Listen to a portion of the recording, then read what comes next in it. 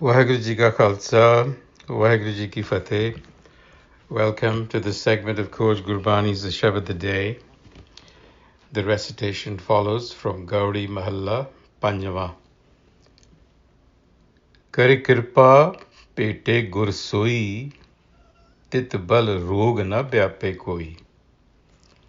Ram Raman taran pੈ sagar, saran soor ਫਾਰੇ ਜਮ ਕਾਗਰ ਰਹਾਓ ਸਤਿਗੁਰ ਮੰਤਰ ਦਿਓ ਹਰ ਨਾਮ ਇਹ ਆਸਰ ਪੂਰਨ ਭਏ ਕਾਮ ਜਪ ਤਪ ਸੰਜਮ ਪੂਰੀ ਵਡਿਆਈ ਗੁਰ ਕਿਰਪਾਲ ਹਰ ਭਏ ਸਹਾਈ ਮਾਨ ਮੋਹ ਖੋਏ ਗੁਰ ਭਰਮ ਏਕ ਨਾਨਕ ਪਸਰੇ ਪਾਰ ਬ੍ਰਹਮ ਮਾਨ ਮੋਹ ਖੋਏ ਗੁਰ ਭਰਮ ਏਕ ਨਾਨਕ ਪਸਰੇ ਪਾਰ ਬ੍ਰਹਮ. So the central idea here is that to cross over the ocean of fear, taran pੈ sagar, seek the embrace of Ram, the self, Ram Raman. Raman means to be absorbed or be in the embrace of. Saran Sur, so seek the shelter of the warrior. The warrior here is a reference to Gur wisdom, the Gur enlightener. So through the Gur enlightener, seek the embrace of Ram in order to cross over the ocean of fear. Not only that, but to also settle your accounts that have been scripted on the paper of time. Saranasur phare jam kagar. Kagar for paper. So this is the script of time on which the accounting of our deeds is recorded, or so it is believed, and for which we are answerable at death. In other words, we are scripting our destiny on the paper of time.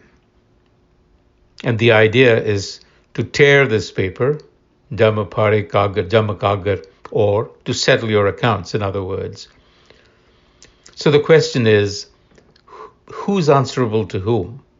Who's the one making the judgment? Who's the one settling the accounts?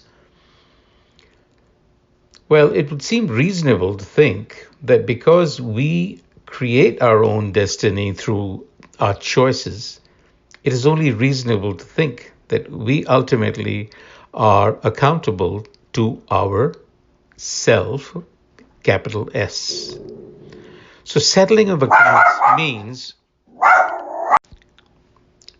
to attain full awareness of who we are, expanded consciousness. That really is the account. And the ocean of fear that we are talking about is, as we know, a figure of speech for Haume consciousness that gives rise to the sense of a separate self, and which is the root of our existential fear.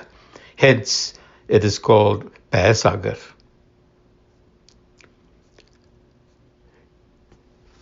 So, in the very opening verse, Kar Kirpa Bhete Gur Soi, tit bal rog na byape koi. Through the compassion of the Gur enlightener, Kari Kirpa Bhete Gur Soi, Gur enlightener.